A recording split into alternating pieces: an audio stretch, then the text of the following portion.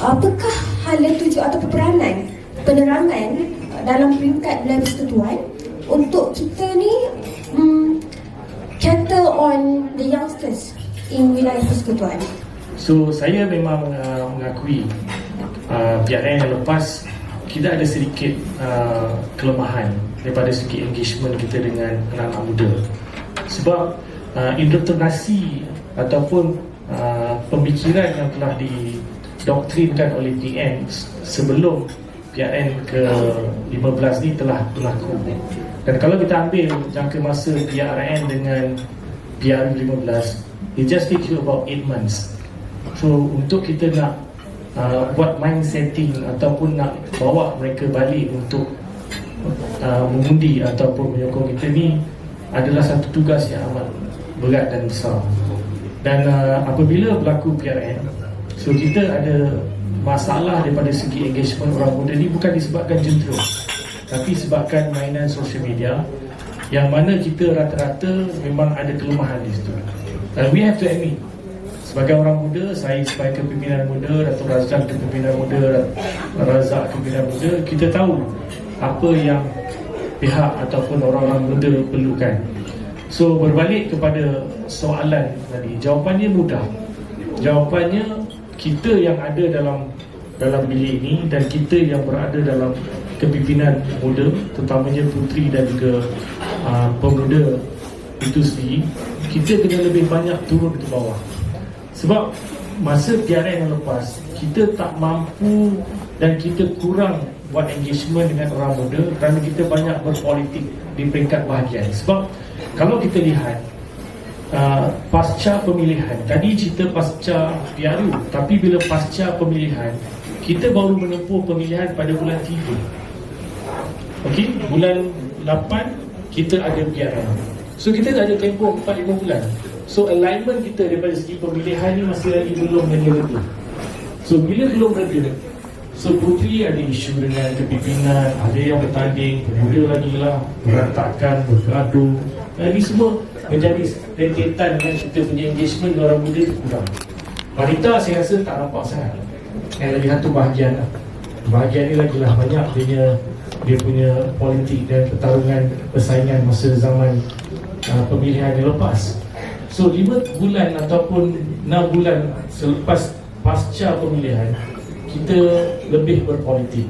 So kita kena kurangkan, dan saya rasa kita punya pendulum ataupun kita punya pemikiran sekarang is ready for us to buat engagement.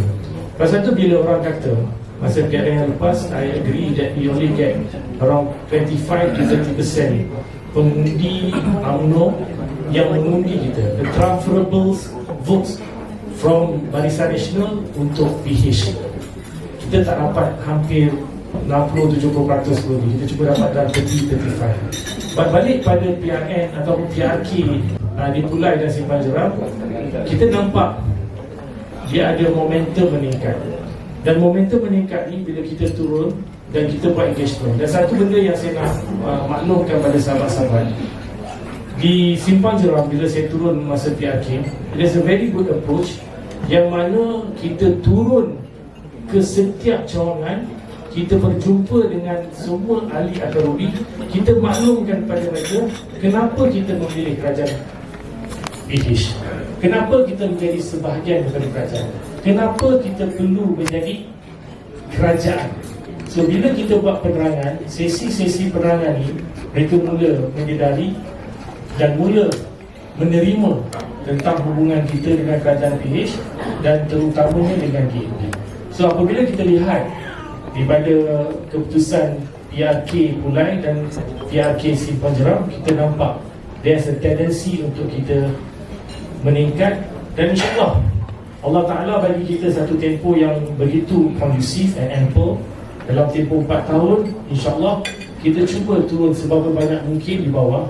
Dan saya juga minta di peringkat kepimpinan puteri dan pemuda terutamanya untuk lebih banyak buat engagement dengan social media, especially TikTok.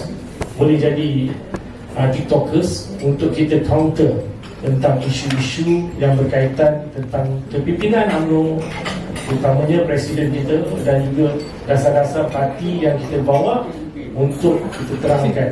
But importantly, apa yang saya nak bagi tahu, make sure information yang kita sampai, terutamanya pada ketua-ketua perangan, makimah bahagian, saya wanita pemuda putri, we must always have a